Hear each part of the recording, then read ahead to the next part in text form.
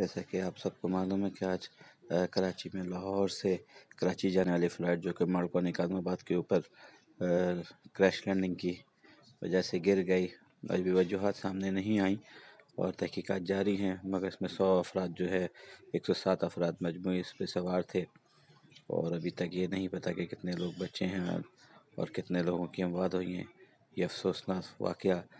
آج PIA کی لاپرواہی کہیے یا ابھی تک اللہ جانے کہ اس میں کیا سبب ہیں، مگر آج یہ افسوسناک واقعہ پیش آیا۔ اللہ تعالیٰ سب کو اپنے جوار رحمت میں جگہ عطا فرمائے۔